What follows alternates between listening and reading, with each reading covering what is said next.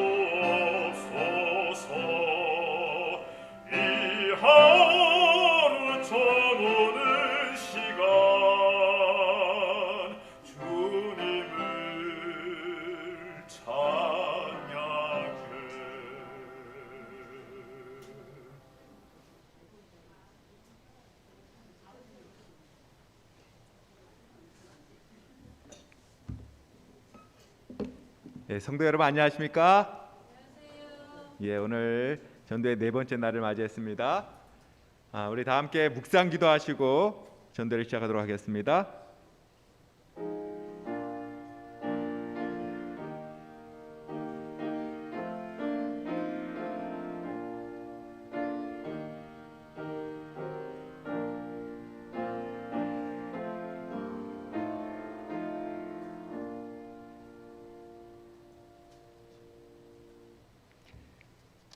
우리 다 함께 일어나셔서 처참히 225장 참미하겠습니다. 참미 후에 우리 유정민 시장님 기도 인도해 주시겠습니다.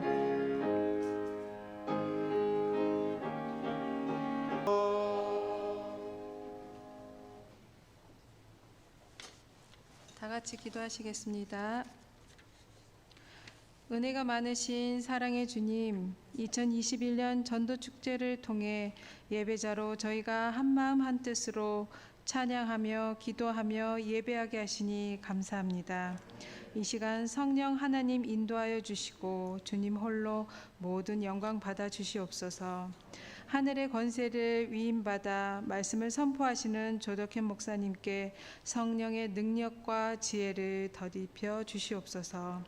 갈급한 심령으로 나와 말씀을 듣는 모든 성도님들 성령의 역사하심을 체험하고 은혜 받고 복된 시간 되게 해 주시옵소서.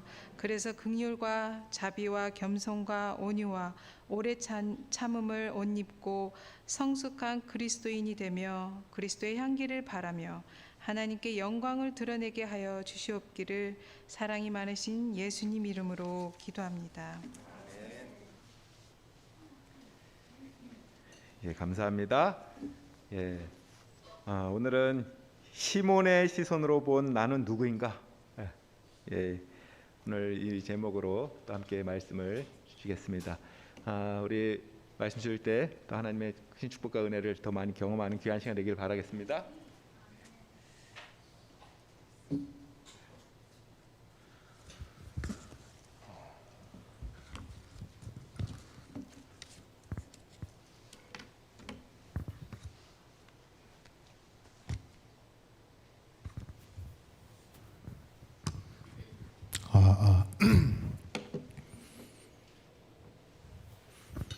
자, 우리 숙제 다 해오셨습니까?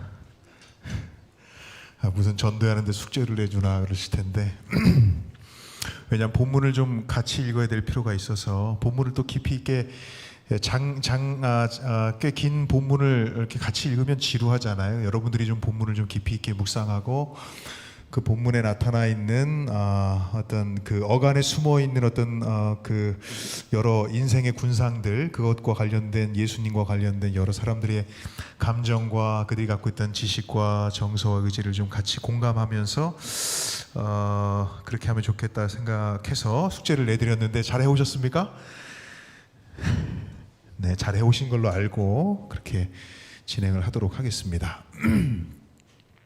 다시 한번 반복합니다. 우리 정로의 계단 47페이지입니다. 그대들은 그대 자신을 하나님께 바치기를 원하지만 도덕적 힘이 너무 약해서 유혹의 종이 되어버리고 죄악적 생애 습관의 지배를 받게 된다. 우리들의 약속, 그대들의 약속이 아니라 우리들의 약속이에요. 우리들의 약속과 결심은 뭐와 같다고요? 썩은 새끼와 같다. 정리해 보겠습니다. 5가지예요. 바치기는 원하는데 안 되는 거예요.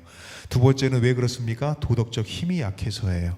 세 번째는 쉽게 우리가 유혹의 종이 돼버리고 마는 것입니다. 죄악적 습관의 지배를 받아서 결과적으로 아무리 우리가 결심하고 우리가 그렇게 살려고 노력해도 우리의 약속과 결심은 썩은 새끼와 같이 금방 끊어져 버리고 마는 것입니다.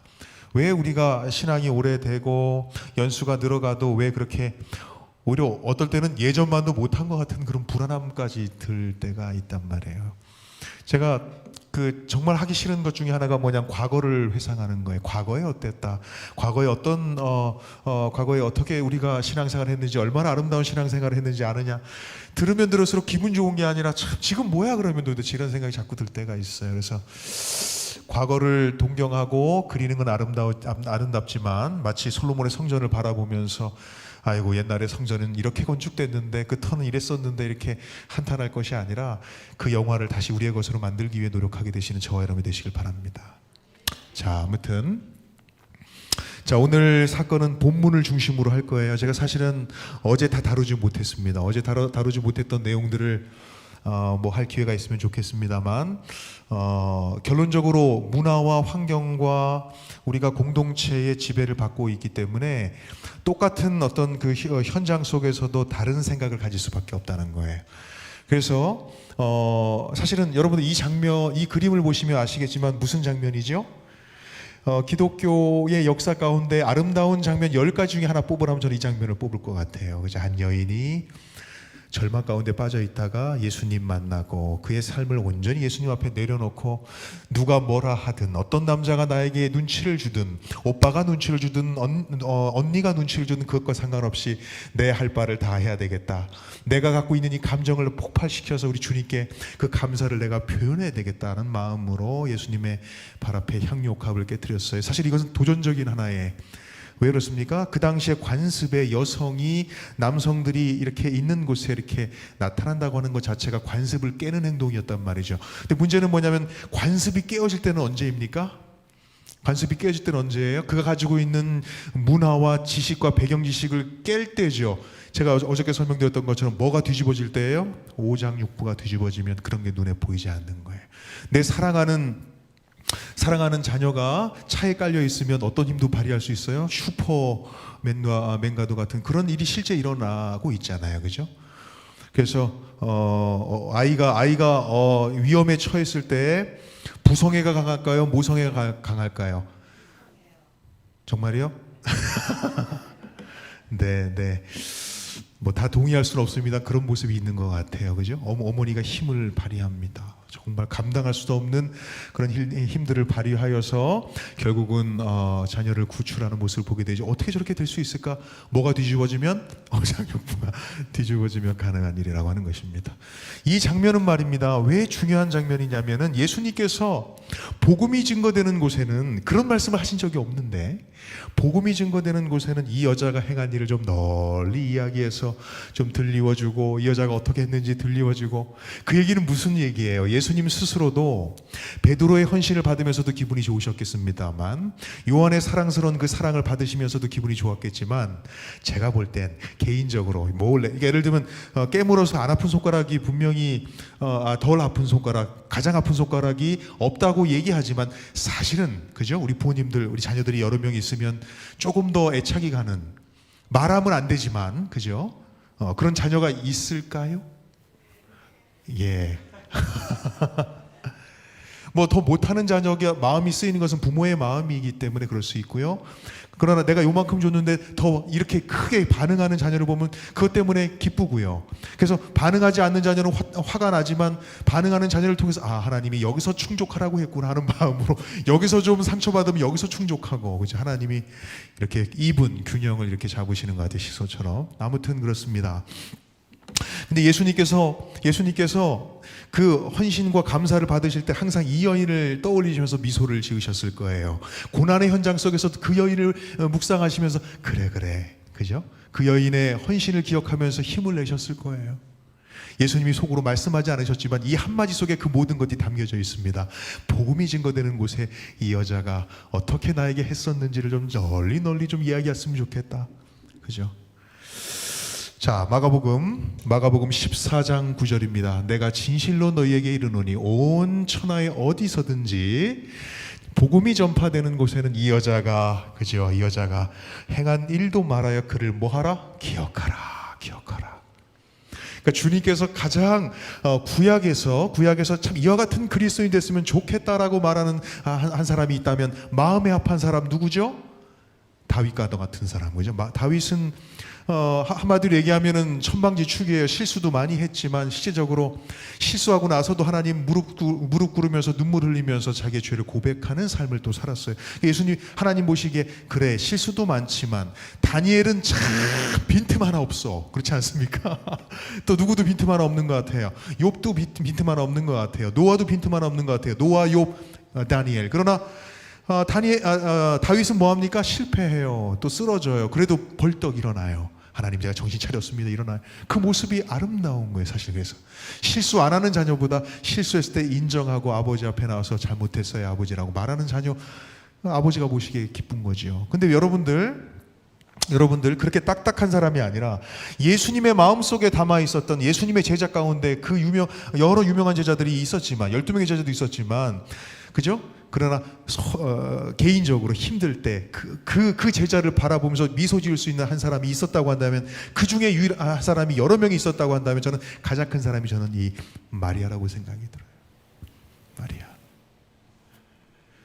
자, 성경에 보면, 성경을 유심히 살펴보면 어떤 의도성을 가지고 있는 것이 있습니다. 성경은 뭐가 존재하냐면, 성경은 메시지를 전달하는 메신저가 존재해요.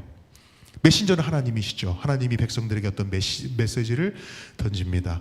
근데 중요한 건 뭐냐면, 메시지를 듣는 누구도 있어요. 메시지를 듣는 청중들도 있단 말이에요. 그런데 그 청중은 당시의 청중들만 해당이 될까요? 그렇지 않습니다. 이 글을 읽었을 때 당시에 예수님의 말씀을 통해서 어떻게 깨달았을까를 기억해야 되는 그 당시의 사람들이 있는가 하면, 2000년 이후에 그 기사를 읽으면서 얻어야 할 그 교훈을 들어야 할 저와 여러분들이 그 본문 가운데 존재한다는 사실을 우리가 잊어서는 안 된다는 것입니다. 그래서 성경은 늘 언제나 의도성을 가지고 있어요. 첫 번째가 뭐냐면 반복될 때입니다. 그죠? 어떤 단어가 끊임없이 반복된다는 것은 그 패러그래프, 그 텍스트 안에서 그 단어가 가지고 있는 의미에 주목하라고 하는 하나님의 메시지예요.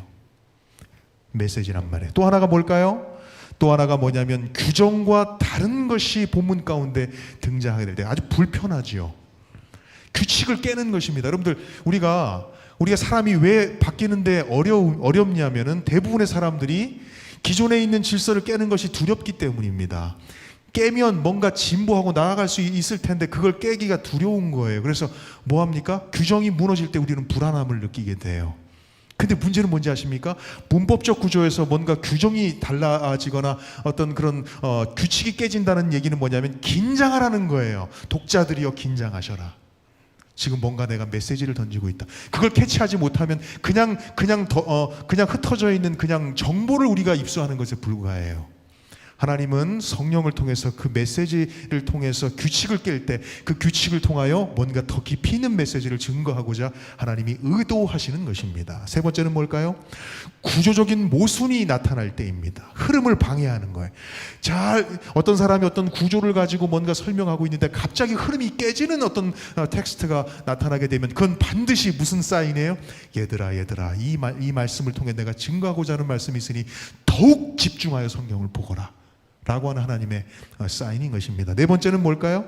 우리가 너무나 잘 알고 있는 교차적 대꾸법을 통해서 어떤 한 부분을 강조하고 있습니다. 이건 의도성을 가지고 있는 성경적 기술의, 그죠? 성령의 방법이고, 그것을 받아서 기자들이 그와 같은 방법을 통하여 그렇게 하나씩 한번 살펴볼까요? 그리고 결말이 특이할 때 하나씩 찾아보겠습니다. 의도성에 반복되어 쓰일 때, 마태는 말입니다. 계속 끊임없이 무슨 말을 반복하냐면, 예수님이 어떤 사건을 일으키고 난 다음에 늘 언제나, 그죠? 대꾸처럼 선지자의 말씀을 뭐 하라는 거예요? 이루려 하심이라. 이런 말씀을 끊임없이 반복했단 말이에요. 그 얘기는 무슨 얘기입니까? 지금 너희 앞에 서 있는 메시아가, 그리고 과거에 있었던 그 메시아가, 어떤 삶을 살았던 그 메시아가 단순하게 메시아가 아니라 구약에 예언되어 있는 분이라고 하는 사실을 끊임없이 저자는 강조하고 싶었던 거예요. 이게 뭐냐면 하나의 의도성이에요. 그래서 이분은 누구다? 구약에 나타나 있는 예언을 이루시려고 이 땅에 오신 분이다. 유심히 보라는 거죠. 두 번째는 뭡니까? 당시의 규정과 율례에 맞지 않을 때입니다. 예수님의 족보에 딱 그게 나타나요. 예수님의 족보는 유대인의 가장 전형적인 족보를 따릅니다. 14. 조상들이 더 있었어요. 근데 좀 뺐어요. 뭘 맞추려고? 14를 맞추려고. 상당히 의도적이죠. 그러면 사람들은 그 족보를 보면서 뭘 느낍니까? 편안함을 느껴요. 야, 우리가 쓰는 족보네. 근데 사랑하는 여러분, 우리가 쓰는 그 전형적인, 그러니까 유대인들이 썼던 전형적인, 마태는 누구를 위한 복음서지요? 누구를 위한 복음서예요? 복음서가 다 저자가 달라요. 그죠? 우리는 다 읽어야 되지만, 그죠? 누구를 위한 복음서예요? 유대인들을 위한 복음서란 말이에요. 유대인들이 예수님을 좀 받아들였으면 좋겠다. 마태가 펜을 든 목적은 뭐예요? 성령이 시킨 거죠. 얘야.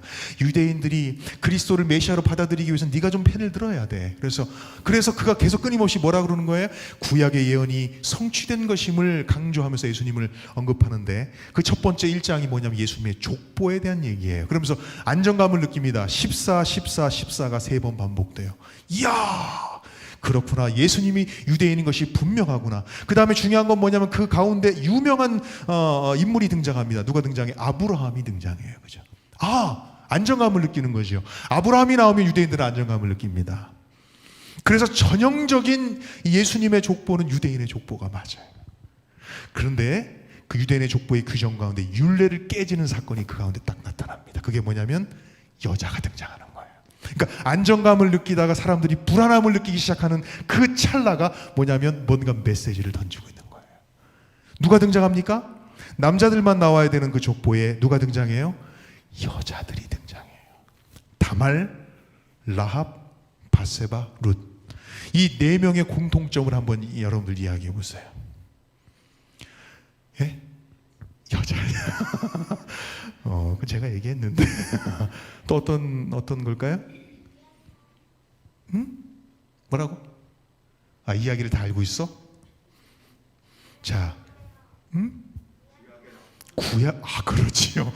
대단한 통찰력입니다. 네, 구약에 다 나와요. 맞습니다. 그냥 제가 할게요. 이 4명의 여자가 대부분 문제가 있는 여자. 그죠? 자, 보세요. 여러분들, 역사가들이 물론 왕이 역사가를 함부로 해서 자기의 흠을 기록하지 못하게 하지 못했던 것처럼 그렇게 할 수 없었지만 굳이 그렇게 또 골라서 쓸 필요도 없는데, 그죠? 마태는 말이죠. 사실은 다말과 라합과 바세바와 룻의 이야기를 굳이 그 안에 넣게 되면 유대인들은 거부감을 느낄 거예요. 그렇지 않습니까? 유대인들에게 있어서 다말은 어떤 여인입니까? 이방 여인이잖아요. 생각해 보세요. 우리의 조상의 할머니 중에서 이방 여인이 있다는 것은 유대인에게 그것은 장점일까요? 단점일까요? 장점일까요? 단점일까요? 장점이 아니겠지요. 여기 라합은 어떻습니까? 라합도 마찬가지예요. 그죠? 룻도 마찬가지예요. 바세바는 좀 다른데 경우가. 바세바는 사실 또 어떤 여인이에요? 그의 할아버지가 불륜을 저질러가지고 데리고 들어온 할머니란 말이에요. 사실은 공개하고 싶지 않은, 그죠? 유대인들이 사실 들었을 때 썩 그렇게 기분 좋지 않을 법한 그런 여성 4명이 등장하는데 참 희한한 건 뭔지 아십니까? 제가 다 할 수 없지만 이 4명의 사건으로 다시 구약을 연구해 보면 기가 막히게 그리스도의 씨가, 그죠? 그리스도의 씨가 뭐 될 뻔한 위험이 있는 곳이에요. 그리스도의 씨가 끊어질 뻔했었던 아주 중요한 사건의 단초를 갖고 있는 거예요. 그죠? 다말이 만약에 믿음으로 뭘 하지 않았다면, 믿음의 행위를 통해서 그가, 그죠? 그의 시아버지의 씨를 물려받지 못했다면 그리스도는 이 땅에 존재할 수 없는 거예요. 라합도 마찬가지입니다. 그죠? 바세바 마찬가지인가요? 룻도 마찬가지. 이 4명의 여인은 뭐와 연관되어 있냐면 그리스도의 메시아가 이 땅에 오시는 데 있어서 아주 중요한 역할을, 그 끊어질 뻔했던 그 역할들을 이어줬던 믿음의 여성들이에요. 그렇기 때문에 메시아에게 있어서는 상당히 중요한 의미를 가지고 있는 여성들입니다. 그래서 마태가 이것을 굳이 본인은 쓰지 않으려고 원했는지 모르겠지만 성령께서 강제로 쓰게 하신 이유는 뭘까? 그것은 그 사건이 가지고 있는 영적인 의미가 너무나 크기 때문입니다. 이게 하나의 의도성이란 말이에요. 이걸 찾아보면 너무나 재미있는데 그렇게 할 시간이 없기 때문에 넘어가겠습니다. 세 번째는 의도성이에요. 사건의 결말이 특이합니다. 여러분 룻기서 아시죠? 룻기서는 기껏해야 4장 정도로 이루어져 있는 아주 짧은 내용입니다. 내용이 뭐예요? 이방 여인 하나가 있었는데 시아버지 아들 딸 기론 말론 데리고 어디 갔다가 집안이 폭삭 망해가지고 이제 나오미와 함께 집으로 돌아오는 거예요. 그러다가 누구 만나는 거예요? 나이 많은 아저씨, 그러나 그 집안을 일으켜 세워줄 어떤 아저씨를 만나요? 킨스맨 리디머, 보아스를 만나서 개과천선하는 한 여성의 이야기. 그렇지 않습니까? 한 여자가 누구를 만났어요? 나이 많은 그러나 유대인 남자를 만나서 그 집안을 다시 먹여 살리는, 그죠? 그래서 돈 많은 남자 만나서 뭐 하는 거예요? 회복하는 이야기예요. 그 이야기가 전부일까요? 대부분의 사람들은 거기에 집중합니다. 근데 중요한 건 뭐냐면 결말이 어떻게 나는지 아세요? 베레스의 계보는 이러하니라. 베레스는 헤스론을 낳고 헤스론은 람을 낳고 람은 아미나답을 낳고 쭉 보아스는 오벳을 낳고 오벳은 이새를 낳고 이새는 누구를 낳으니라? 다윗을. 결국 이 이야기는 한 여인이 개가천선하는 이야기가 아니라는 거지요. 그 여인의 한 일화를 통해서 다윗의 후손이 태어난다는 것을 이 저자는 강조하고 싶었던 거예요. 그럼 여러분들 다윗은 누구입니까? 다윗으로 끝나는 게 아니에요. 다윗은 누구의 조상이죠? 그리스도의 조상이 되는 거예요. 그러니까 모든 것에는 뭐가 있다? 성경에는 의도성을 가지고 있다는 것을 우리가 보게 됩니다. 네 번째는 뭐냐면 본문의 구조에 방해될 때입니다. 저는 이걸 찾았어요. 제가 스스로. 저만 찾았어요. 아이고 대견해. 자, 본문의 흐름에 방해되는 구절이 삽입되어 있을 때입니다.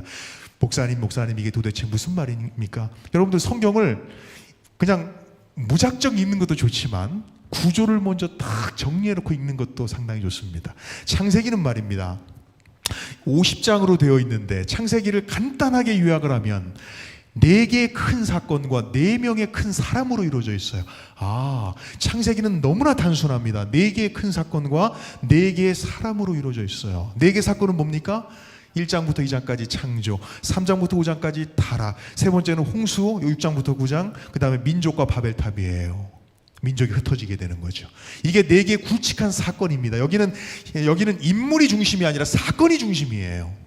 근데 중요한 건 뭐냐면 12장으로 넘어가면서부터 이야기 뭐랄까 내러티브, 이게 이 이야기 구조가 완전히 바뀝니다. 사건 중심이 아니라 사람 중심으로 바뀌어요. 첫 번째는 아브라함, 두 번째는 뭐예요? 이삭, 세 번째는 뭐예요? 야곱, 네 번째는 요셉이에요. 그래서 창세기는 단순합니다. 4개의 사건과 4개의 뭐라고요? 4개의 인물로 되어 있어요. 그럼 머릿속에 구조적으로 잘 이해시키도록, 외우도록, 그리고 잘 조직적으로 이해시키도록 하나님이 그렇게 계획하신 것입니다. 성경은 그냥 막 쓰지 않았어요. 여러분들 아시잖아요. 예언을 연구해 보면 조직적으로 쓰였단 말이에요. 역시 마찬가지입니다. 조직적으로 쓸 수밖에 없는 이유가 있어요. 첫 번째는 뭐가 그럴까요? 이거 넘어가겠습니다. 시간이 없기 때문에. 그거는 그 당시에 인쇄술과 연관돼 있어요. 왜냐하면 오늘날처럼 책을 마음껏 인쇄할 수가 없었기 때문입니다. 옛날에 양피지 가지고 그 가죽을 펴가지고 거기다 글을 썼기 때문에 종이 한 장이 얼마나 비쌌을까요, 여러분들? 그러면 가장 짧은 지면에다가 그죠? 많은 내용을 담아야 돼요. 쓸데없는 내용 담을 수 있을까요? 없어요. 그렇기 때문에 조직적으로 쓸 수밖에 없어요. 그러니까 그냥 우리는 그냥 수필 쓰듯이 슉슉슉 쓰면 되나 보다. 아니에요. 여러분들 우리가 그냥 프린트아웃 하면 잘못했네 찍찍 찢어버리고 할 수 없단 말이에요. 그죠? 그러니까 얼마나 신중을 기해서 책을 썼겠냔 말이에요. 그러니까 조직적으로 쓸 수밖에 없어요. 어떻게 하면 사람이 이 글을 읽으면서 감동받을 수 있을까?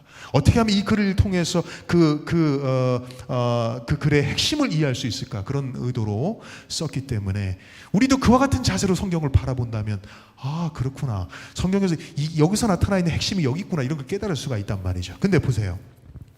창조, 타락, 홍수, 바벨탑, 아브라함, 이삭, 야곱, 요셉의 사건 37장이 되자 이야기의 스토리는 이제 야곱의 스토리에서 37장이 되면 요셉의 이야기로 넘어갑니다. 그래서 요셉이 어떻게 팔려서 애굽에 가서 고생을 하고 그죠? 형들과 또 다시 만나고 화해를 하고 결국은 입관하였더라라고 이제 끝난단 말이죠. 근데 중요한 건 뭐냐면 제가 유심히 봤어요. 이 37장 이미 요셉의 이야기로 모든 청중은 관심이 집중되어 있는데 갑자기 요셉과 전혀 상관없는 사람이 38장에 등장합니다. 이거는 규칙을 깨는 거죠. 그게 누구냐면 다말의 이야기입니다.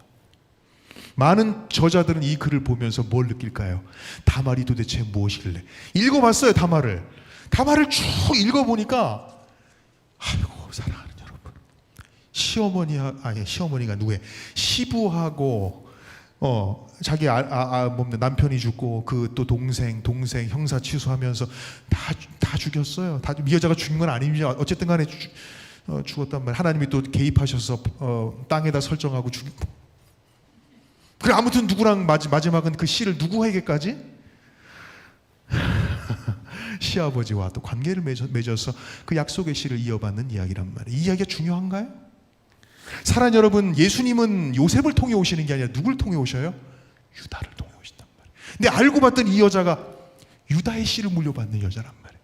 그러니까 단순하게 그 당시의 보편적인 윤리적인 관점에서 보면 중요한 이야기가 아닌데 이게 구속사적인 관점으로 보면 이 여자의 행동이 너무나도 중요한 거예요. 그래서 하나님께서 38장을 37장에 의도적으로 이렇게 뭐 하신 거예요? 삽입해 넣으심으로 주목하여 보라는. 이 사건은 보통 사건이 아니야. 한 여자가 고민하는 사건이 아니야. 그 사건이 아니라 메시아가 뭐 하는 사건이야? 연결된 사건임을 강조하고 있는 것입니다. 다섯 번째, 교차대꾸예요. 가운데 배열된 거야. 이거 하지 않겠습니다. 여러분들 다니엘서 공부하면 다 나오는 얘기잖아요.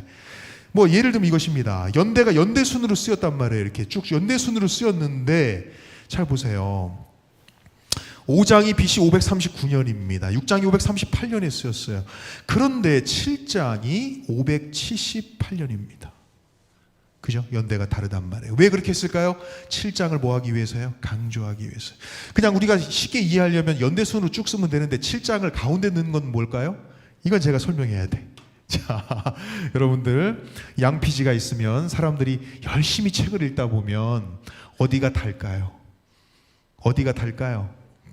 맨 마지막 이 모서리 부분이 달겠죠. 1장 부분하고 맨 마지막 부분이 달겠죠.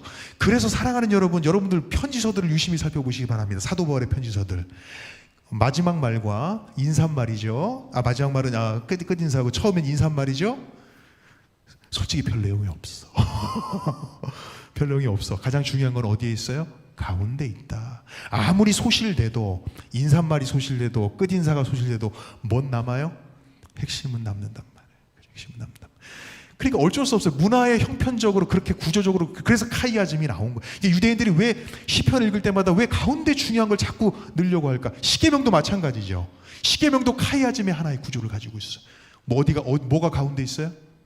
안식일이 가운데 있단 말이에요. 그 얘기 무슨 얘기예요? 하나님 입장에서 10개 계명 다 소중해. 아픈 거 하나도 없어. 그래도 그 중에 뭐가 제일 소중해?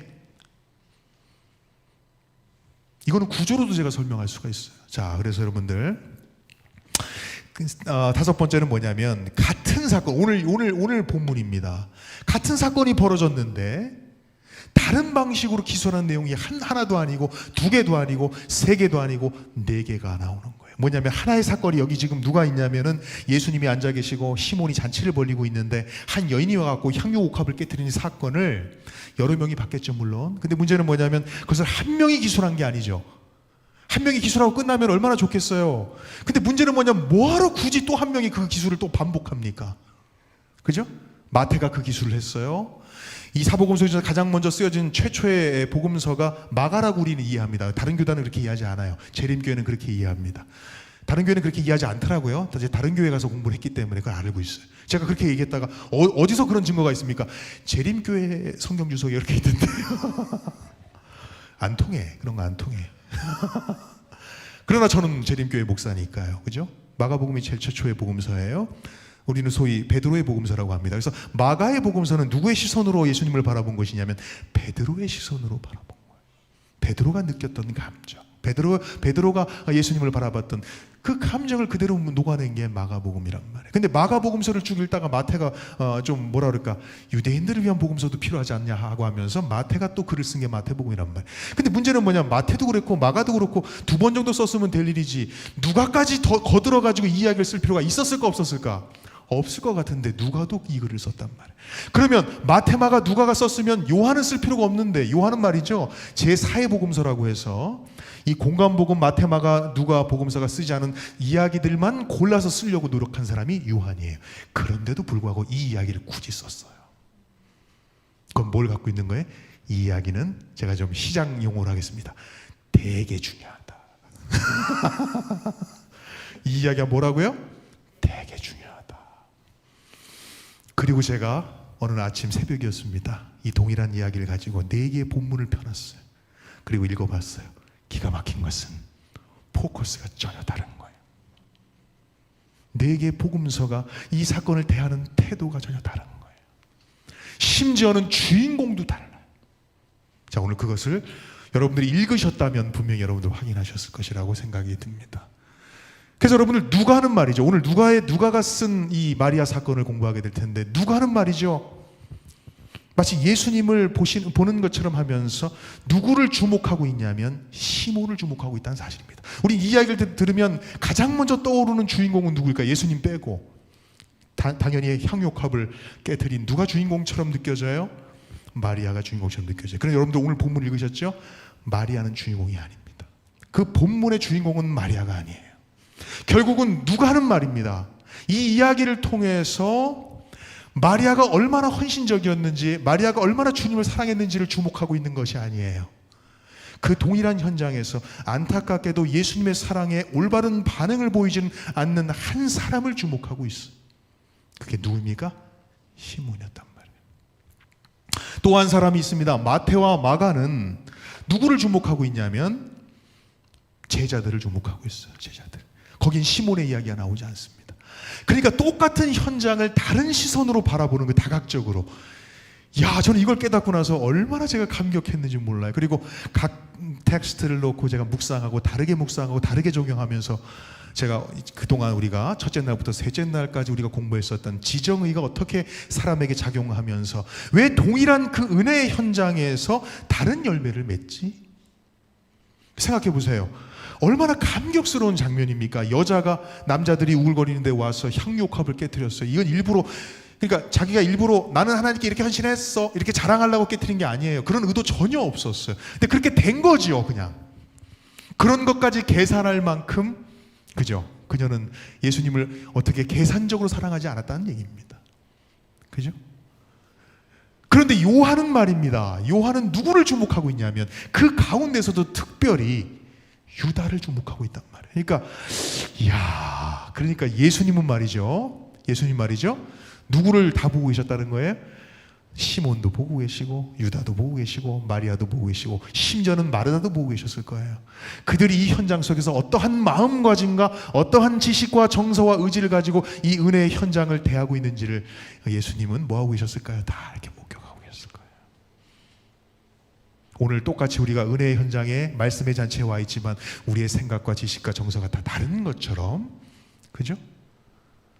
어떤 사람이 되면 좋을까요? 이 세 명의 부류 중에서 어떤 사람이 되길 원하세요? 마리아가 돼야죠. 마리아가 돼야죠. 주님의 마음을 기쁘게 하는 사람. 나의 삶의 가장 큰 행복은 나의 기쁨을 위해서 주님을 끌어들이는 것이 아니고 주님이 목적이 아니라 수단으로 나의 행복을 위하여 주님이 필요한 사람이 아니라 주님 그 자체가 목적인 사람이 주님도 필요하다는 사실입니다. 주님은 외로우셨어요. 너무나 외롭고 힘드셨어요. 그때 주님은 누구의 위로가 필요했을까요? 마리아의 위로가 필요하셨어요. 맞아요. 그겁니다. 자, 그래서 이 사건을 유심히 살펴보면 저는 또 하나의 특징을 발견하게 됩니다. 대부분의 사복음서에 기록되어 있는 내용들은 무슨 내용이냐면 예수님이 설교하셨거나 예수님이 병자를 일으키셨거나 예수님이 누구와 대화를 나누시는 내용이었다면 이 텍스트, 이 이야기는 그런 것이 하나도 나오지 않아요. 그럼 이 텍스트의 가장 중요한 핵심은 무엇이냐면 여기 제가 요약을 해놨습니다. 이 사건의 독특함은 예수님의 기적이나 설교가 중심이 아니라 예수님 주변에 있는 사람들이 예수님께 받은 은혜에 대한 반응이 어떠한 반응을 보이고 있는지를 기술하고 있어요. 은혜가 왔습니다. 하나님의 은혜가 임했어요. 그 은혜에 세 종류의 부류, 여러 종류가 있을 것이지만 저는 이번 시리즈를 통해서 세 종류의 부류, 두 종류는 뭡니까? 합당치 않은 두 종류예요. 그렇게 하지 말지, 예수님의 은혜에 그렇게 반응하지 말지라고 하는 두 사람의 이야기를 오늘 내일 설명드릴 거예요.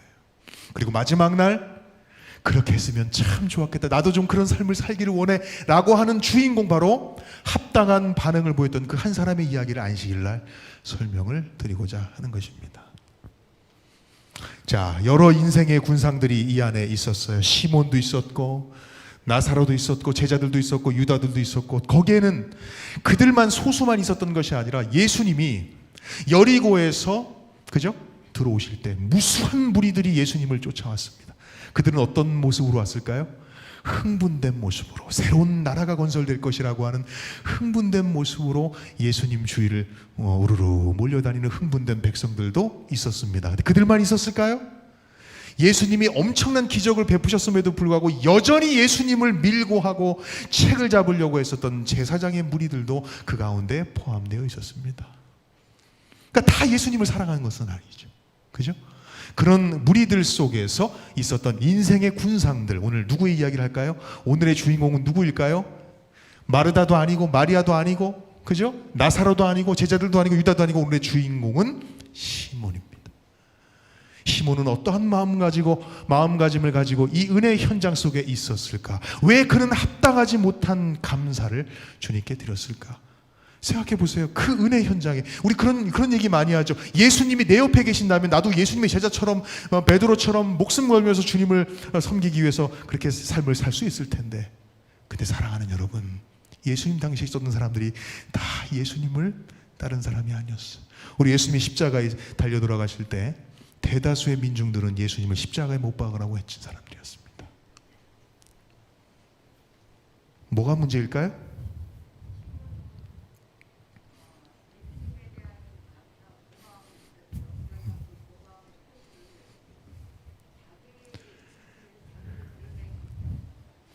감사합니다, 집사님.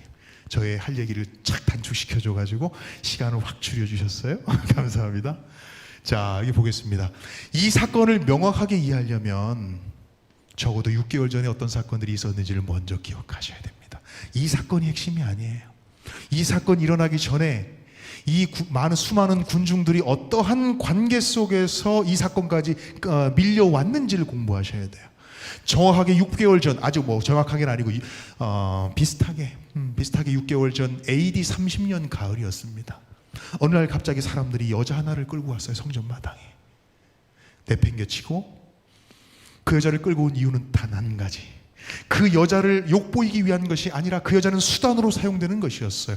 예수를 뭐하기 위해서, 함정에 빠뜨리기 위해서 그 여자를 남자들이 울거리는 그 성전 앞마당으로 데리고 왔어요. 그리고 예수님에게 어떻게 하시렵니까? 그죠? 이건 언제 설명드릴까요? 제가 마지막 날 설명드릴 테니까. 이 사건이 AD 30년 가을에 있었습니다. 이 여인은 여기서 뭘 경험하냐면 그 전에 느껴보지 못했던 감격과 메시아를 그가 발견하고, 여러분들, 그녀가 그의 삶을 완전하게 개혁하고 예수님을 따르는 제자가 되는 사건이 바로 이 사건이었어요. 이 사건에 대한 자세한 내용은 우리 안식일 날 다루겠습니다. 그리고 이 여자가 어떻게 했냐면 이 여자의 삶이 완전히 바뀌어버렸어요. 눈을 떠도 예수님, 눈을 감아도 예수님. 그래서 예수님을 어디로 불렀냐면 자기 집으로 불렀어요. 그래서 마르다하고 마리아하고 이제 집에 오셔가지고, 예수님이 늘 언제나 힘들고 어려울 때마다 가시는 집이 있었는데, 여관도 아니고 여인숙도 아니고 누구네 집이었어요? 마리아 마르다. 그곳에 가면 긴장이 풀어지는 곳이에요. 긴장이 풀어지는 곳. 와서 쉬세요 예수님, 제가 만나는 거 해드릴게요. 저한테는 좋은 말씀 안 해주셔도 돼요. 그냥 와서 쉬셔요. 안쓰러운 눈으로. 근데 중요한 건 뭐냐면, 마리아는 말이죠, 예수님이 어떤 말씀을 하면 그 말씀 하나도 놓치지 않기 위해서 귀를 쫑긋 세우고 그 말씀을 끊임없이 경청했어요. 마르다는 열심히 뭘 했을까요? 음식을 만들었어요. 불평이 났겠지. 마르다도 훌륭합니다. 아멘. 네, 우리를 위해서 열심히 점심을 만들어주신 집사님, 아멘. 또 그렇지만 또 말씀을 열심히 듣는 마리아도 아멘. 그죠? 반반 섞어 놓으면 좋겠는데, 아무튼 그렇습니다. 아무튼 어떤 사람이 나쁜 사람이고 좋은 사람이 없어요. 그러나 마리아의 삶이 변했던 것만큼은 분명한 사실입니다. 그리고 이 사건이 있고 난 다음 예수님께서는 훌쩍 요단강 건너편으로 가셨어요. 그것은 어디냐면 바로 거라사 베레아 지역이었습니다.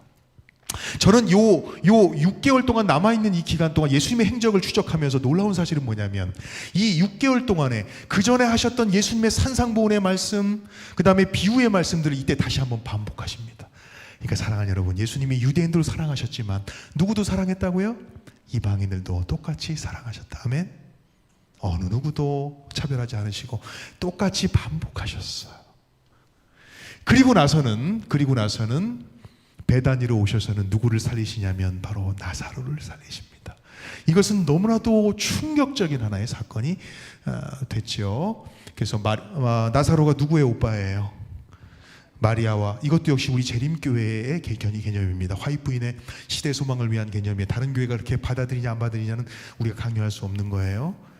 믿거나 말거나. 자, 아무튼 자, 그래서 여기 보면 나사로가 부활을 합니다. 그리고 아주 중요한 사건을, 희한한 건 말입니다. 오늘 여러분들 제가 숙제 내드린 것이 무슨 복음이죠? 누가 복음이죠? 근데 희한한 건 누가는 말입니다. 이 사건을 누가만 기록했어요. 무슨 사건이냐면 갑자기 나사렛과 갈릴리 사이를 지나가시던 예수님 앞에 10명의 문둥병자가 몰려오는 것입니다. 이게 바로 시몬의 잔치 6개월 전에 있었던 사건이에요. 10명의 문둥병자가 우르르 몰려오는 것입니다. 나를 구해 주소서 했는데 예수님이 뭐 하셨어요? 그 문둥병자를 다 고쳐주셨는데 9명은 유대인이었는데 1명은 이방인이었다. 그런 스토리텔링을 갖고 있잖아요. 근데 누구만 와서 감사했어요? 이방인만 감사했단 말이에요. 그러면서 누가는 이 부분을 상당히 주목하고 있다는 사실, 다른 기자들은 이걸 기록하지 않았는데 누가는 기록했다는 것입니다. 그리고 누가가 누구의 기록을 했다? 시몬의 기록했다. 이건 상당히 연관성을 가지고 있는 것입니다. 잘 기억해 두세요. 잘 기억해 두세요.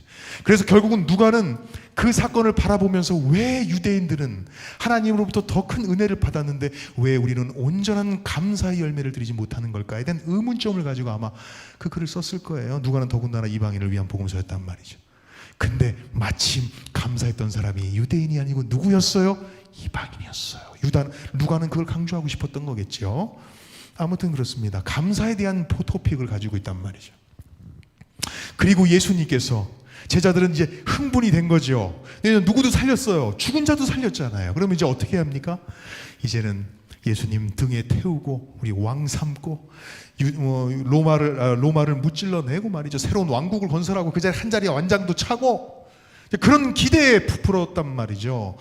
그런데 예수님이 자꾸 쓸데없는 얘기를 하시네. 나 죽는다 얘들아. 그런데 이 제자들이 말이죠. 그 이야기를 듣고 싶지가 않았어.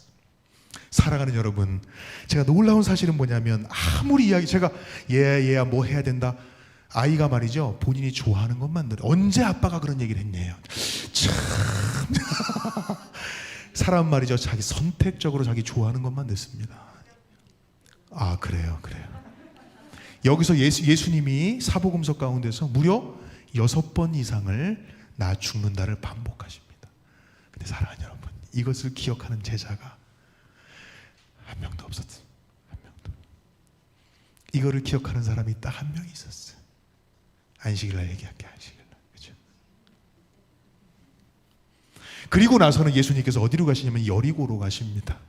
여리고로 가셔서는 이것도 중요한 사건이, 이건 내일과 연관되어 있는 사건이, 누구를 만나시냐면 나사로가 누구예요? 삭개오를 만나십니다. 삭개오는 부자였어요. 세리 중에서도 세리의 대빵이었단 말이에요.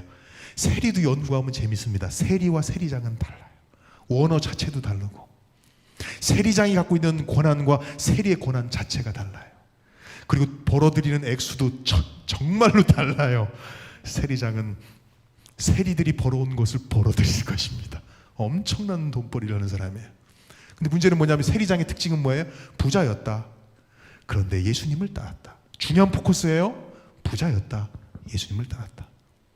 근데 이 사건 전에 예수님 뭐라고 말씀하시냐면, 이거 내일 할 건데 넘어가겠습니다. 자, 그리고 난 다음에 어디로 가신 거예요? 나사로를 데리고, 예수님 옆에는 누가 있었어요? 나사로가 있었어요. 생각해 보세요. 얼마 전에 죽었다가 3일 만에 부활한 나사로를 옆에 데리고 가는 것입니다. 그죠? 사람들이 구름대처럼 몰려갑니다. 근데 누구의 초청을 받았어요? 오늘의 주인공 시몬의 초청을 받았어요. 시몬은 예수님을 왜 초청했던 것일까? 궁금하지 않으세요? 말씀하지 마세요. 제가 할게요. 자, 은혜를 경험한, 시몬의 잔치 가운데 은혜를 경험한 사람의 세 부류를 여기 적어놨습니다. 자, 오늘은 주인공이 누구라고요? 시몬이에요. 근데 시몬은 어떤 사람입니까, 여러분들? 시몬을 하나씩 한번 분해를 해서 연구를 해보도록 하겠습니다. 시몬은 바리새인이었어요. 바리새인은 율법에 철저한 사람이고 하나님 말씀을 순종한다는 것이 그의 자존심과 원칙이었던 사람이에요. 근데 문제는 뭐냐면 당시의 율법적인 관념에 의해서 돈이 많은 사람은 하나님의 축복을 많이 받은 것이라고 하는 인식을 가지고 있었죠.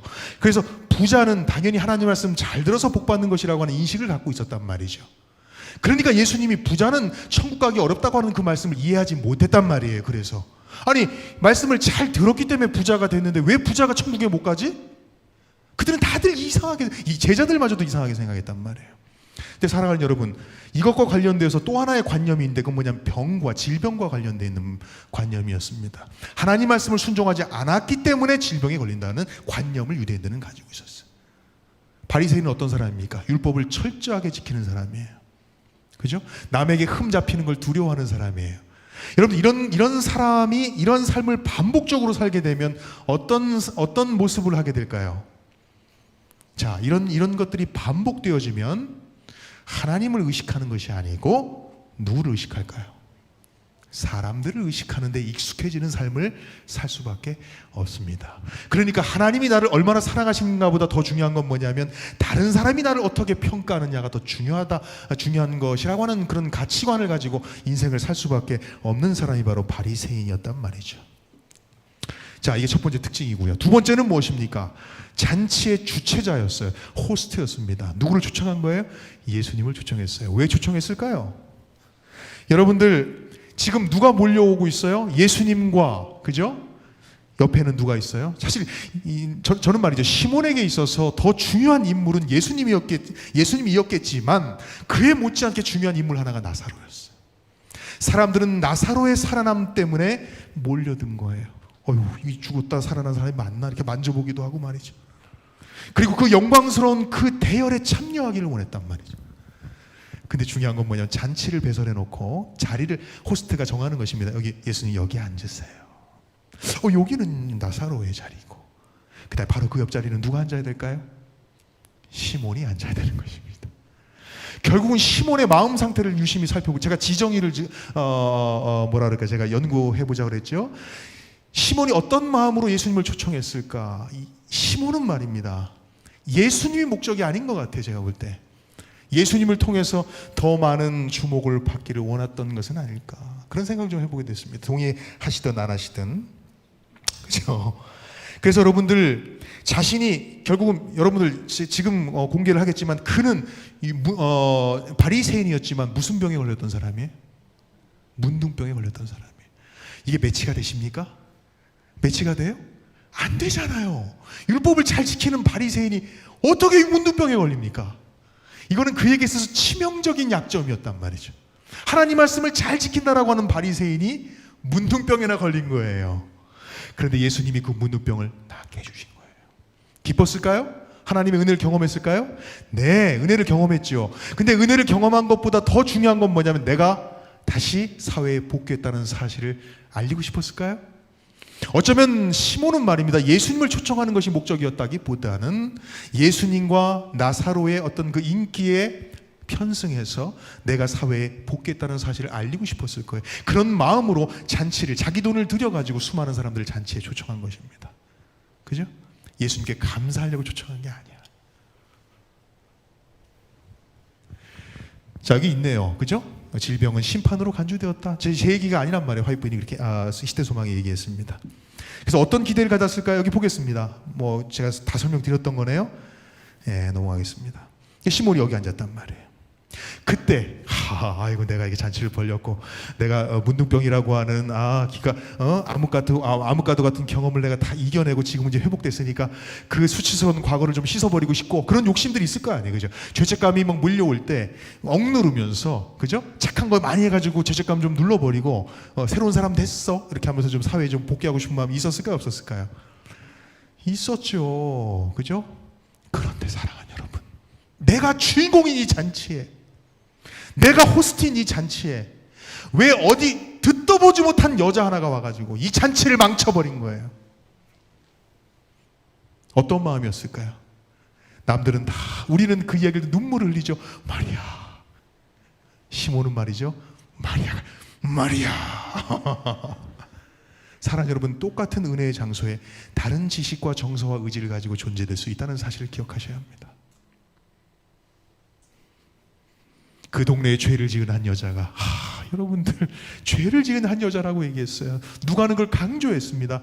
죄를 지은 한 여자, 죄인인 여자. 그 여자가 와서는 바리새인의 집에 앉아 계심을 알고 향료컵을 담아 가지고 와서 예수의 뒤로 그 발 곁에 서서 울며 눈물로 그 발을 적시고 자기 머리털을 닦고 그 발에 입 맞추고 향료를 부었다. 감동이지요. 눈물이 나는 감동이죠. 그러나 시몬에겐 이게 기분 나쁜 일이었다. 왜 내 잔치를 망치는 거야? 내가 주인공인 잔치에 주인공이 완전히 바뀌어버렸어요. 이제는 시몬을 그래서 잘 보세요. 시몬은 지금 말이죠, 예수님을 보기 급하기보다는, 예수님 바라보는데 급하기보다는 지금 누가 왔어? 개똥이네 왔어? 저기 순복이네 왔어? 내가 지금 문둥병 난 거 확인시켜줘야 되는데 왔어? 예수님까지 왔으니까 사람들은 몰려들 거고, 그래 나 봐봐 깨끗해졌지? 라고 하는 마음으로 서 있는데 모든 사람의 시선이 어디를 바라보고 있어요? 마리아를 바라보고 있어요. 뭐가 올라와? 화가 올라오죠. 제가 거기서 알았습니다. 똑같은 은혜의 장소에서도 누군가를 미워할 수 있구나, 누군가를 증오할 수 있구나. 그게 사람이구나. 그 은혜의 현장에 같이 동참할 수 있는 것도 은혜인데 그렇지 못할 수도 있구나. 내가 혹시 그런 사람은 안 돼야 될 텐데, 그런 생각을 제가 해보게 됐어요. 그래서 여러분들, 사람들은 다 누구를 바라보고 있습니까? 다 마리아를 쳐다보고 있는 거예요. 시몬이 뿔따구가 난 거야. 자, 시몬은 사람들을 주목하는 거야. 시선을 나한테 좀 와야 되는데 다 어딜 보고 있어요? 마리아를 보고 있어요. 그때 마리아는 누가 뭐라 하든 누구만 바라보고 있어요? 예수님만 바라보고 있어요. 끝! 그러나 이제 정리를 해야죠. 그리고 예수님은 누구만을 바라보았다? 오늘은 주인공이 누구예요? 시몬이니까. 그렇게 오물쭈물 화나 있고 불편한 감정을 가지고 있는 시몬을 바라보면서 예수님은 안타까워하셨어요. 그렇게 하지 말아라 시몬아, 이 은혜의 잔치에 같이 동참했으면 좋을 텐데. 그런 마음을 가지고 안타깝게 누구를 바라보고 계셨다? 시몬을 예수님이 바라보고 계셨다. 이 시선을 시몬이 좀 느끼면 좋을 텐데. 근데 느끼는 내용이 다음에 나와요. 자, 보겠습니다. 시몬의 갈등이에요. 자, 여기 시몬이 마음속으로 생각하는 것을 누가가 기록합니다. 야, 이거는 성령의 음성이 아니고는 이거를 쓸 수가 없죠. 보세요. 예수를 청한 바리새인이 그것을 보고 마음에 이르되, 이 사람이 만일 선지자라면 자기를 만지는 이 여자가 누구며 어떠한 자 곧 죄인인 줄 알았을 텐데, 메시아가 아닌지도 모르겠다. 이 여자가 얼마나 죄인인 걸 모르는 것 같아. 예수님이. 사랑하는 여러분, 지적인 혼돈과 완전한 지식과 이해가 결핍된 사람은 예수님이 메시아인 것조차도 인정하지 않게 돼요. 자, 시대소망 566페이지. 그는 많은 손님들이 불신과 불쾌한 마음으로 그리스도를 바라보고 있는 것을 보았다. 지금 시몬은 구주께서 선지자이신지 의심하고 있어요. 이 은혜의 현장에서, 그죠? 예수님이 선지자 맞아? 라고 하는 그런 의심의 마음을 품었다는 것입니다. 자, 그리고 나서 예수님이 누구의 마음을 알았을까요? 시몬의 마음을 알았겠죠. 그리고 시몬에게 대화한 내용을 누가만 기록하고 있습니다. 요한이 있어요? 마가 있어요? 마태 있어요? 없어요. 누구만 기록하고 있어요? 누가만 기록하고. 누가는 뭘 기대하는 거예요? 하나님의 백성들은 합당한 감사를 주님께 드려야 한다. 아까 무슨 얘기 있었어요? 문둥병 10명이 왔는데 9명 다 돌아가고 1명만 왔는데 이방인이었어요. 그 사람만 하나님 감사합니다 했단 말이에요. 이 똑같은 상황이 벌어진 거예요. 무슨 병이 걸린 똑같은 사람?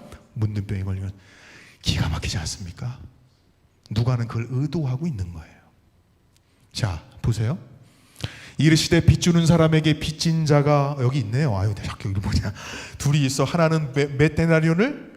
500데나리온을 빚졌는데 하나는 50데나리온을 빚을 졌어요. 갚을 것이 없었어요. 두 사람 모두 다. 둘 다 은혜를 받은 것이지요. 한 사람은 500데나리온, 또 한 사람은 50데나리온. 둘 다 탕감해 줬어요. 감사합니다 이렇게 했을 거예요.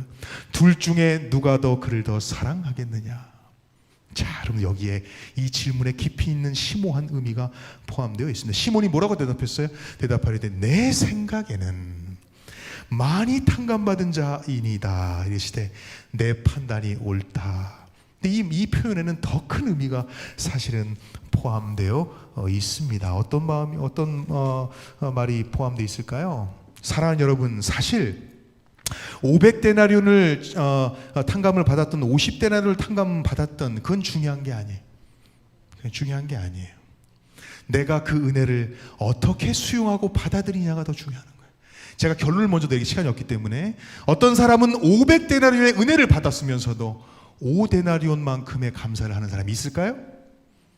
어떤 사람은 50데나리온의 은혜를 받았으면서도 500을 내놓는 사람이 있을까요? 누구입니까 이 사람이? 이 사람이 마리아예요. 그죠? 그래서 여러분들 어떤 의미에서 보면 둘 중에 누가 더 그를 사랑하겠느냐, 누가 더 그에게 감사를 하겠느냐, 저는 이런 생각이 들었어요. 그 은혜가 더 크다고 느끼고 감사하는 사람입니다. 동일한 은혜, 100이라는 은혜를 줘도 어떤 사람은 이거밖에 안 돼 라고 하는 사람도 있는가 하면, 어떤 사람은 너무나 감사하여서, 그죠? 그러니까 여러분들 이 본문을 통해서 50이냐 500이냐, 물론 누군지는 결정할 수 있어요. 저는 분명히 예수님은 결정해 주셨기 때문에. 자, 보겠습니다. 이 비유에 나오는 두 사람은 누구를 의미할까요? 화이프이는 이 두 사람은 마리아와 시몬이라고 얘기했어요. 그러면 사랑하는 여러분, 의문이 들죠. 그럼 누가 더 은혜를 받은 것입니까? 마리아입니까? 시몬입니까? 시몬은 어떻게 생각하고 있을까요? 생각이 다 달라요. 마리아는 뭐 생각할 필요가 없죠. 마리아는 뭐 이런 걸 생각하지 않고도 아름다운 열매를 드렸으니까요.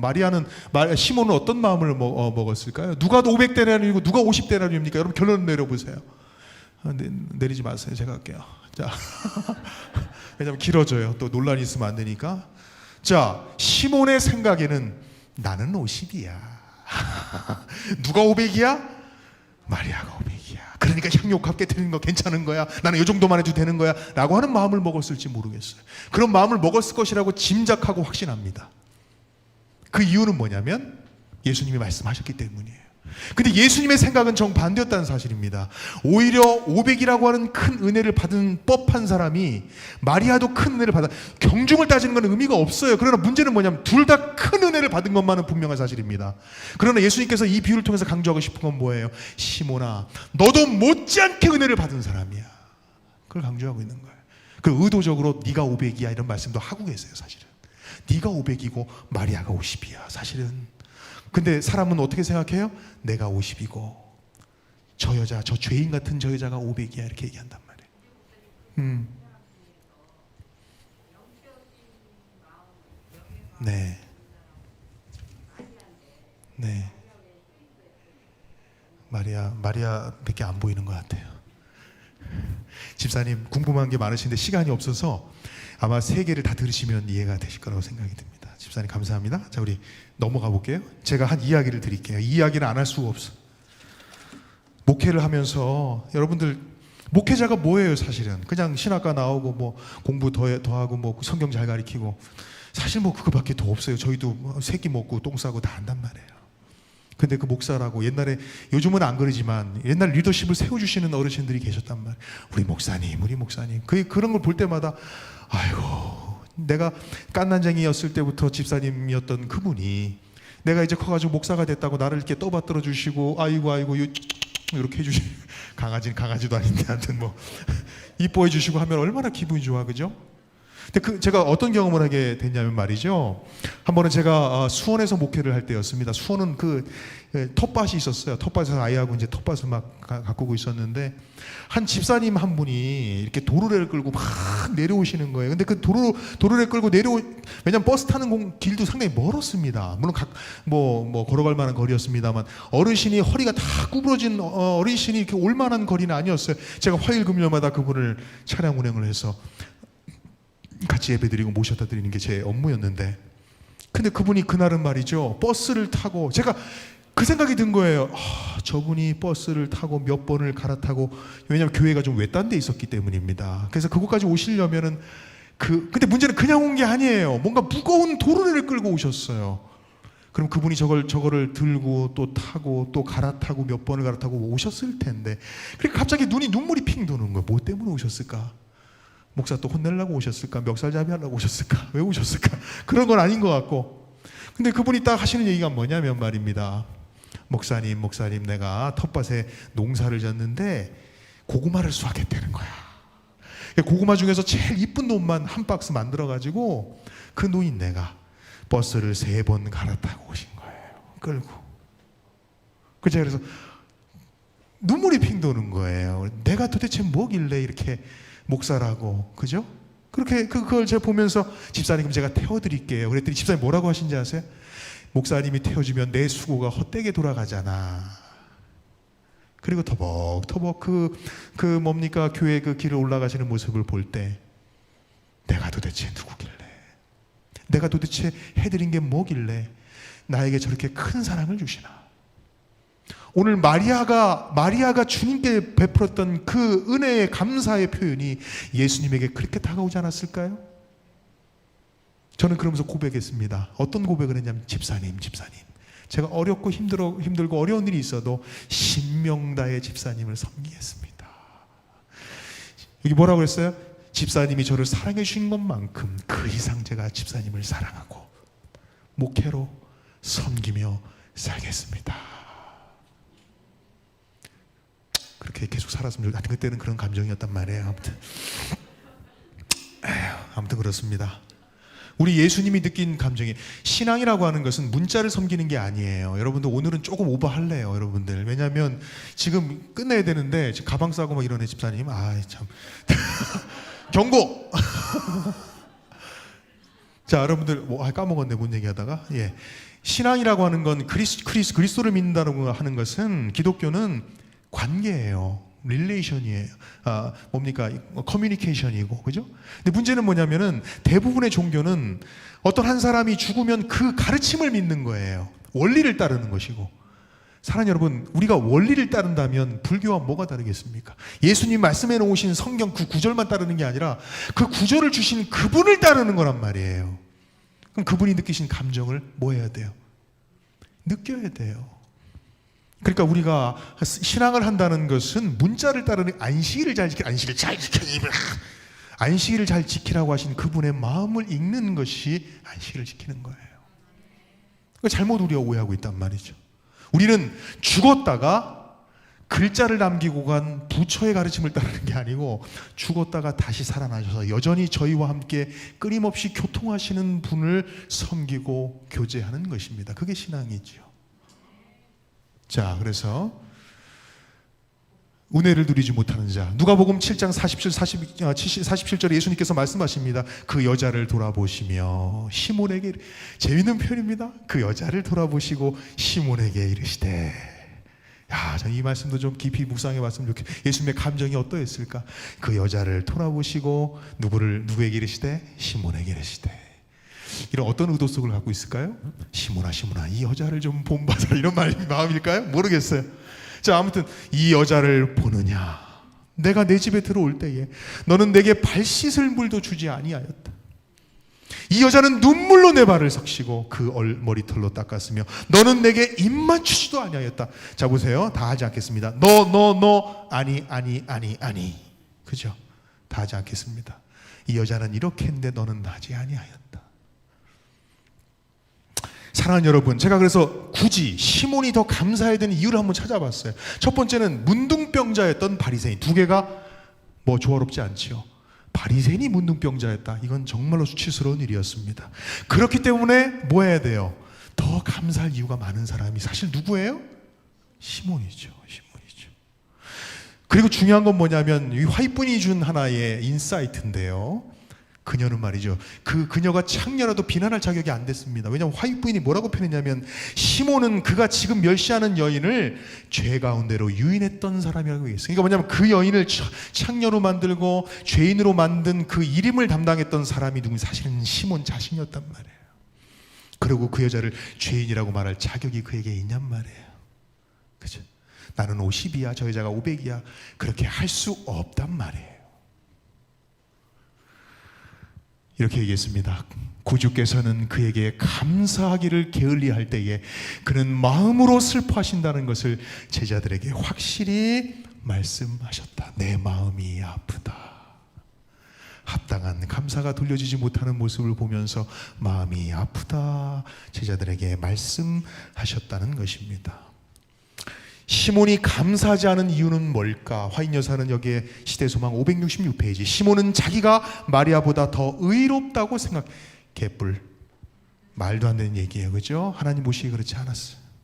그러므로 예수님께서는 그의 죄가 참으로 얼마나 컸는지를 보여주기를 원하셨다.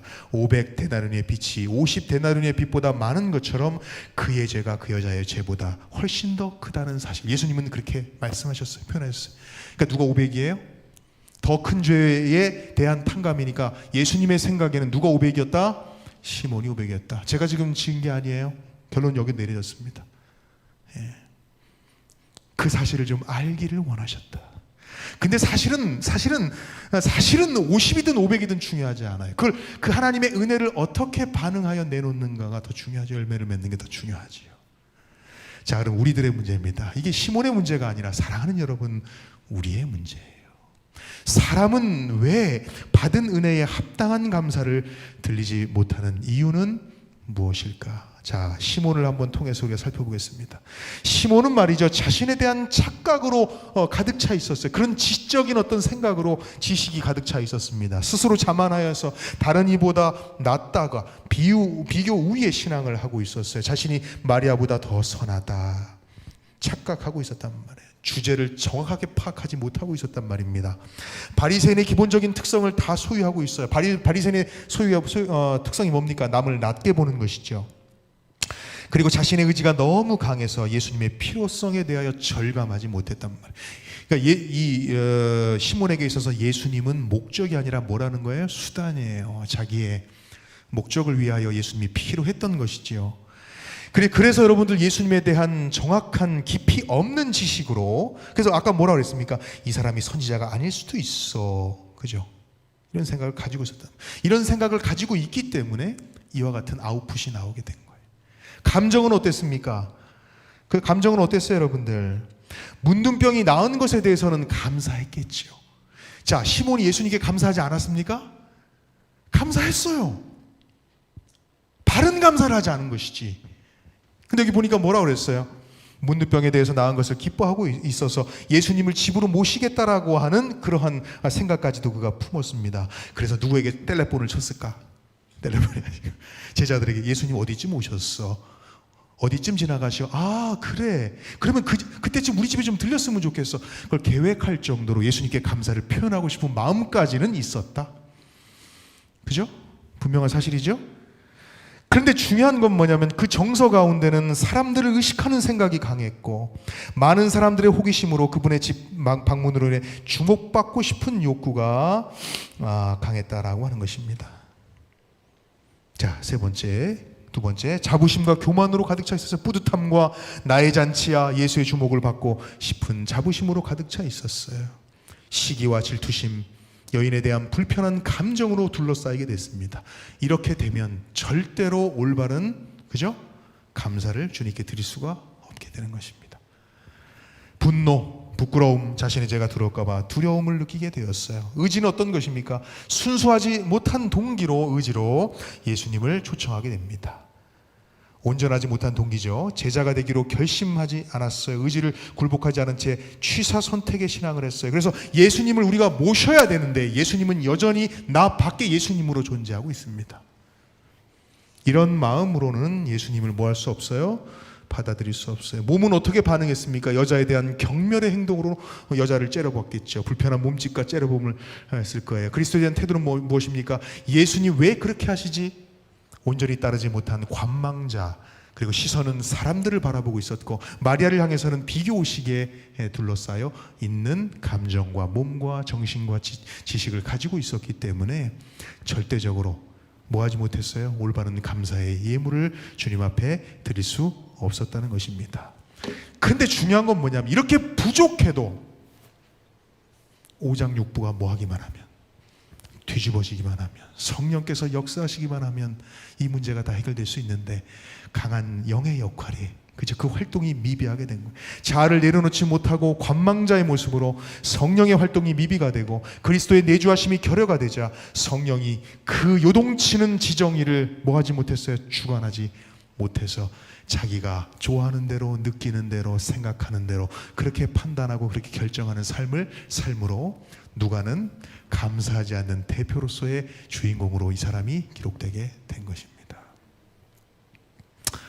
지식은 제한적이죠. 올바르지 않은 정서를 가지고 있죠. 이기적인 동기와 의지를 가지고 있습니다. 그리고 가치관은 나는 바리새인이야 라고 하는 우월적, 왜곡적, 그죠? 왜곡된 문화와 가치관을 가지고 있었어요. 사랑하는 여러분, 이런 마음으로 상황을, 이런 마음으로 예수님을, 이런 마음으로 자신에 대하여 바른 판단을 할 수 있을까요? 바른 판단을 할 수 없을 것입니다. 그래서 예수님도 메시아가 아니라고 판단하게 되는 것입니다. 그리스도가 우리의 삶의 목적이 되십니까? 여러분이 질문하시기 바랍니다. 예수님을 믿는 목적이 뭐예요? 굳이 여기 나오셔가지고 예배를 드리시면서 재림성도로 살아가는 이유가 도대체 뭐냔 말이에요. 나의 성공에, 나의 행복에 도움이 되시기 때문입니까? 자, 여러분들, 우리가 하늘 가는 목적이 뭐죠? 하늘 가면 금도성이고, 그죠? 아름다운 그런, 그죠? 맨션 아파트가, 여기서도 분양받지 못했던 맨션 아파트가 저 하늘에 있어서 하늘 가려고 하는 걸까요? 사랑하는 여러분, 초가 삼간도 주님이 계신 곳이 천국이다. 주님이 나의 목적이 되시기 때문에 내가 어떠한 삶을 살든지 어떠한 부를 누리든지 어떠한 고난을 경험하든지 아무 상관없이 그곳이 천국이다. 그죠? 그런 고백을 하는 사람이 가는 곳이 천국이어야 한다고 저는 생각합니다. 자, 이 감사 라연의 이야기 읽고 이제 마칠게요. 제가 딱 정확하게 10분 오버했습니다. 상당히 양호해요. 대견합니다. 자, 행복은 뭔가? 행복이란, 그죠? 여기 뭐라 그랬어요? 감사하며 살아가는 사람만이 누릴 수 있다. 동의하십니까? 왜냐하면 감사하는 순간만큼은 모든 것이 충만하고, 아멘? 온전해지며 부족한 것이 없다고 생각되기 때문이다. 사랑하는 여러분, 앞도 보지 말고 뒤도 보지 말고 힘들고 어려울 때 그저 감사하시면 그때만은 충만해집니다. 모든 이해가 이해가 돼버리고 말아요. 불안한 마음이 감격으로 하나님 감사합니다. 제가 한 번은 마칠게요. 행복 때문에 감사한 것이 아니라 감사가 행복을 만듭니다. 동의하시면 아멘 하시기 바랍니다. 성공 때문에 감사한 것이 아니라 감사가 성공으로 이끕니다. 기쁨 때문에 감사한 것이 아니라 감사가 기쁨을 만들어 낸다는 것입니다. 하나님의 모든 선물을 우리 기억에 생생하게 보존하는 것은 우리 자신에게 유익이 된다. 우리는 다른 사람들의 믿음과 경험에 대하여 읽을 수 있는 모든 기사 가운데서 보다 자신이 하나님에게서 직접 얻은 가장 적은 축복 가운데서 더 많은 격려를 얻는다. 이 얘기 이해하셨어요? 성경의 수많은 영웅들의 이야기를 통해서 감동받는 게 아니고 내 삶에 조그만 감사할 거리가 더 큰 은혜로 다가온다는 거예요. 그런 기사들을 만들어내는 것이 신앙의 여정이라고 볼 수가 있겠죠. 하나님의 은혜에 응답하는 사람은 물된 정원과 같다. 그러므로 우리는 주의 자비와 그 많은 긍휼하심을 기억하도록 하자. 하나님이 매번 나타나셔갖고 짠! 여러분이 원하는 거 다 해결해 주지 않으셔요. 그래서 성경에 보면 끊임없이 뭘 기억하라고 그러는 거예요? 출애굽 사건을 끊임없이 되뇌이고 기억하는 얘기는 뭐예요? 여러분의 삶이 풍요로워지는 것은 뭐가 결정하냐면 하나님과 씨름하면서 얻었던, 그죠? 믿음의 승리의 삶의 여정과 경험들이 여러분의 삶을 이끌어가는 거예요. 힘들고 어려울 때 뭘 꺼내 쓰는 거예요? 사람은 기억을 꺼내 쓰는 것입니다. 과거에 그랬었지. 그래, 그리고 지금의 고난도 이기게 해주실 거야. 근데 문제는 뭐냐면 어떤 사람이 재산이 없는 사람이냐, 그런 기억이 없는 사람은 재산이 없는 거예요. 꺼내 쓸 게 없으니까. 오늘 그러한 기억들을 차곡차곡 쌓으셔서 영적인 부자가 되시길 바랍니다. 이스라엘 백성처럼 증거의 돌비를 세워서 하나님께서 우리를 위하여 행하신 그 귀한 이야기를 그 돌에 새기자. 어디다 새기란 얘기예요? 우리의 마음에 새기자. 마치겠습니다. 이제 마치겠습니다. 자, 다음 시간 제가 또 숙제를 목사님을 통해서 나누어 드릴 텐데요. 내일은 다른 본문이지만 똑같은 이야기입니다. 내일은 유다의 이야기를 같이 나누도록 하겠습니다. 내일 뵙겠습니다. 기도해야죠. 아버지 하나님 감사합니다.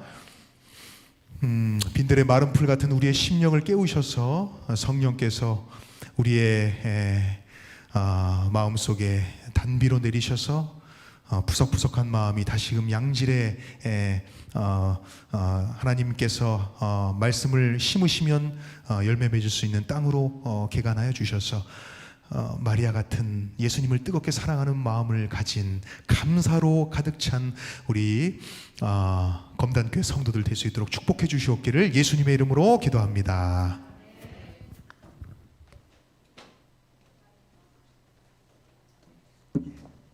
예, 감사합니다. 우리 내일은 유다의 시선으로 본 나는 누구인가라고 하는 제목으로 말씀을 듣겠습니다. 예, 모두 함께 안녕히 돌아가시고 내일 뵙겠습니다. 감사합니다.